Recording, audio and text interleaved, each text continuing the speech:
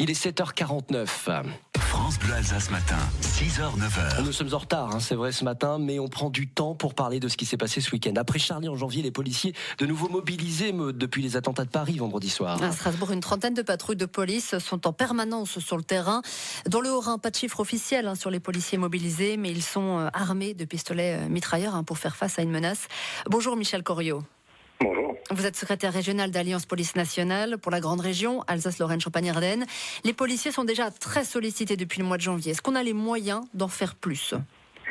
Oui, alors écoutez, permettez-moi d'abord d'avoir une pensée émue pour toutes les victimes, leurs familles, leurs proches, et bien évidemment, je rends hommage aux policiers qui ont dû en faire face en première ligne face à cette abomination. Alors, aujourd'hui, ce que je voudrais dire, c'est que c'est forcément l'émotion qui domine dans nos rangs, mais cette émotion, elle nourrit la détermination sans faille des policiers à faire barrage au terrorisme. Nos collègues sont pleinement mobilisés partout sur le territoire, en Alsace, et ils le sont toujours dans ce genre de circonstances.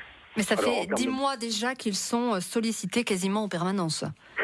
Effectivement, en termes de moyens, alors il faut avouer que nos collègues étaient déjà mis fortement à contribution, vous l'avez rappelé, ces derniers temps, dans un contexte extrêmement difficile en termes de conditions de travail pour les policiers.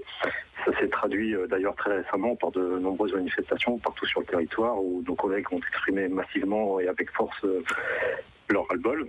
C'est vrai que ces prochains temps, ils le seront encore davantage, commençant d'abord par la suppression de tous leurs congés. Mais ils seront présents avec le sens du devoir qui est le leur. Est-ce que le matériel dont vous disposez, est-ce que c'est suffisant pour faire face à des terroristes qu'on l'a vu lourdement armés ? Alors il y a la question des moyens matériels, effectivement, il y a la condition des moyens, la question des conditions des renforts, des effectifs. Il y a aussi la problématique des moyens juridiques. Il y a beaucoup de problématiques et nos collègues, malgré leur forte mobilisation, attendent, je dirais, désespérément des mesures exceptionnelles en faveur des policiers, un véritable plan Marshall de la sécurité. Lesquelles, par exemple ? Des armes Dites-nous. Alors, vous parliez des pistolets mitrailleurs. Par exemple, les pistolets mitrailleurs dans la police nationale datent de 1960. Donc, nous appelons effectivement une modernisation de notre armement, de nos équipements.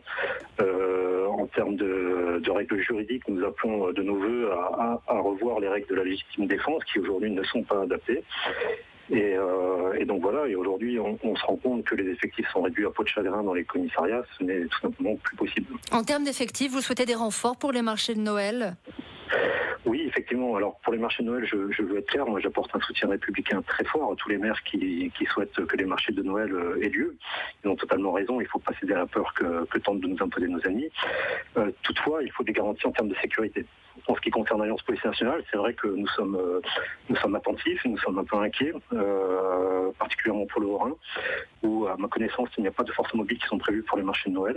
Alors nous espérons qu'il va y avoir des annonces qui vont être faites dans ce sens. En résumé, je dirais oui au marché de Noël, bien sûr que oui, mais pas à n'importe quelle condition. Vous, en tant que policier, vous pensez que c'est possible d'assurer, même si le risque zéro n'existe pas, mais d'assurer la sécurité de ces marchés de Noël dans les circonstances actuelles ? Bien sûr, alors le risque zéro, vous le rappelez, n'existe pas et n'existera jamais.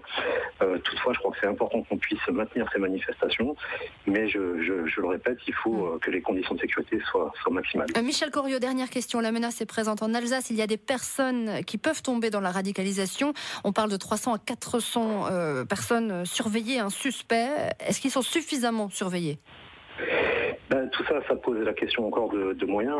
Est-ce que les services de renseignement en France ont assez de moyens pour suivre tous ces radicaux ? Aujourd'hui, il faut renforcer les services de police, y compris en termes de renseignement, ce qui a déjà été fait une première fois suite aux événements de Charlie, mais je crois qu'il faut aller plus loin vu la menace imminente. Il y a des mesures simples aussi qu'on pourrait prendre, comme l'armement des policiers sur leur jour de repos pour ceux qui le souhaitent, puisque nous avons tous une arme individuelle. Il y a des mesures qui ne coûtent pas cher et qui devraient être mises en place vu l'état d'urgence décrété par le président de la République. Merci Michel Corriot. Je rappelle que vous faites partie du syndicat de policiers Alliance. Merci d'avoir été en direct sur France Bleu Alsace.